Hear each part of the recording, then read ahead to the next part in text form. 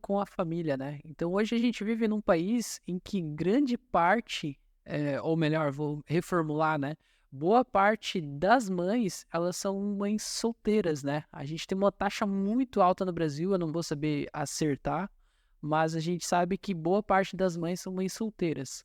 A ausência do pai, né, homem, né, nos primeiros 3 anos, como que ele influencia no desenvolvimento da criança, e isso pode sim gerar uma insegurança, uma ansiedade, um estresse pro filho. Isso é pra mim? Mas eu Então, depois eu vou complementar. tá, Pode falar. tudo bem. Aham. Porque assim, ó, quando o neném nasce, o pai é importante sempre. E aí é o pai, não precisa ser aquele que né, Sim. que fez a criança. É uma figura que representa a figura paterna, tá? Uma mãe pode exercer esse papel?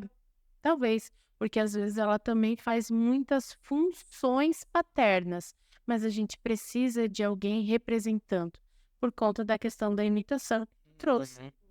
Então a gente Isso. precisa tanto da figura da mãe, não precisa ser a mãe propriamente dito, alguém que faça essa função, tá bom? Ah, num casal, por exemplo, homoafetivo, né, onde os pares são o mesmo, mas a gente também tem, cada um se identifica de uma forma, então a gente vai ter o papel, a figura da mãe sendo exercida, o papel e a figura do pai sendo exercido da mesma forma, né? E aí, voltando ali à questão, sim, faz falta, porque eu vou voltar lá quando o bebê nasce, né? Quando o bebê nasce, ele passa por um momento de dependência absoluta, né?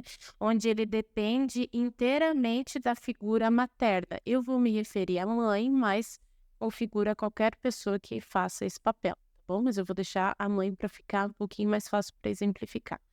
Então, esse bebê ele não vai existir sem a mãe, porque ele precisa ser alimentado, porque ele precisa ajudar, né, a fazer o soninho, precisa limpar esse bebê, precisa cuidar desse bebê. Então, ele não existe sem a mãe, né? A partir ali dos 3 meses, esse bebê ele começa a sair desse momento de simbiose, porque até agora ele existiu só com a mãe, né? Exato. E aí ele sai para fora, ele precisa ir entendendo que ele não é mais a mãe, porque ambos são os mesmos. Tanto é que a gente pode ver até uma mudança, às vezes, no comportamento da mulher, né? Ela começa a tomar um banho mais demorado, às vezes ela arruma um pouquinho mais o cabelo, né? Porque ela passou ali uns 3 meses, assim, né? Voltada para o bebê, tá? E aí o pai começa a ter mais espaço para entrar nessa relação, né? Eu acho que o pai deve estar presente sempre, ajudar a mãe, né? Lá na ultrassom, Sim. nas dores, no Concordo contigo. parto, né, e tudo mais. E aí essa criança ela vai saindo dessa dependência absoluta e vai reconhecendo ou que existem outras pessoas, né, e aí essa dependência vai lá até uns 2 anos, né. E aí só que aí a gente vai saindo de uma dependência mais absoluta para uma relativa, até que a gente chegue no momento mais independente da criança, né. E a presença do pai é extremamente importante, porque é ele que vai facilitar e ajudar a romper um pouquinho esse vínculo extremo da mãe e do bebê, tanto para a figura da mãe quanto para o bebê. Meio que pelo lado bom, roubar a criança da mãe e levar a criança pro mundo, né, Para o mundo. pro mundo. Porque as funções paternas, elas estão bem vinculadas a essa questão de segurança, de deixar a gente seguro e autonomia, trazer autonomia. Não sei se o pai de você, né, ou se vocês mesmos já fizeram essa brincadeira com a criança. Vem cá, tá? A criança tá num lugar alto, né? Vem cá, pula aqui, vem aqui que eu te seguro, né? A mãe, às vezes, ela não vai conseguir fazer essa brincadeira Uhum. porque ela é proteção, ela tem medo. O pai não, o pai ele sabe, né? Então ele vai dar essa Uhum. segurança, a autonomia, a coragem, E a gente consegue, pelo menos assim, como a gente lida com pessoas, né, por mais que não seja a área que a gente trabalha, a gente consegue observar que a pessoa que foi criada sem a presença do pai, né, não necessariamente que ela não tenha um pai, mas seja um pai ausente, a gente vê que ela tem dificuldade de iniciar projetos, tomada de decisões, e é uma pessoa mais insegura, né? E não sei se isso tem relação ou não, né? Mas é uma coisa que eu observei, né? Então, na área de de atuação, da minha área de atuação, na fono, no caso, né?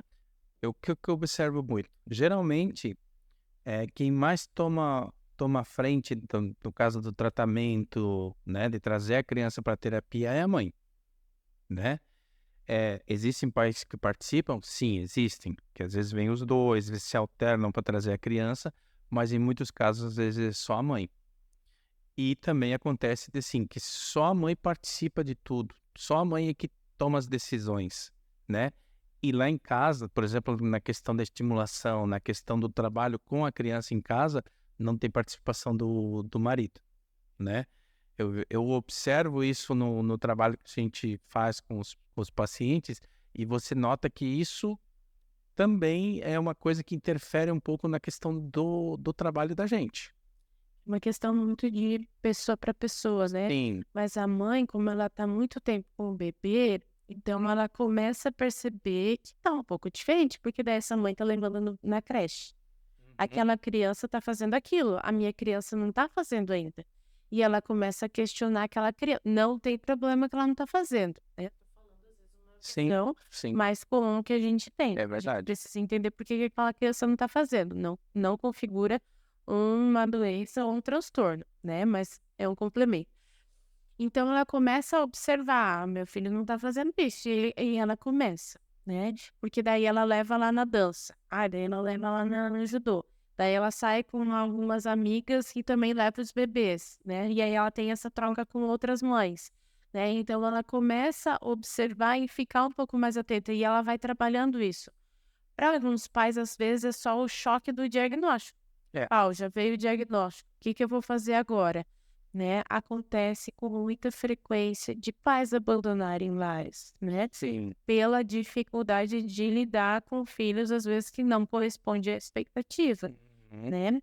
Acho que hoje, com a evolução aí da nossa sociedade, né? Talvez os pais estão ficando um pouquinho mais participativos. Até porque esse pai, ele é provedor. Então, se a mãe precisa levar na terapia, porque alguns diagnósticos, né? Alguns médicos dão lá 20, 30 horas de terapia. Isso é muita coisa, né? Essa criança vai ficar muito tempo fora. Quem que vai fazer isso, né? Então, a gente precisa ter um membro dessa família. E mesmo que seja, né? Uma estrutura não tão rígida assim, né? Mas precisa levar nas terapias. Às vezes acontece mais de uma vez na semana. Então, a gente precisa ter alguém provendo também para dentro. Sim. Isso também é um fator. E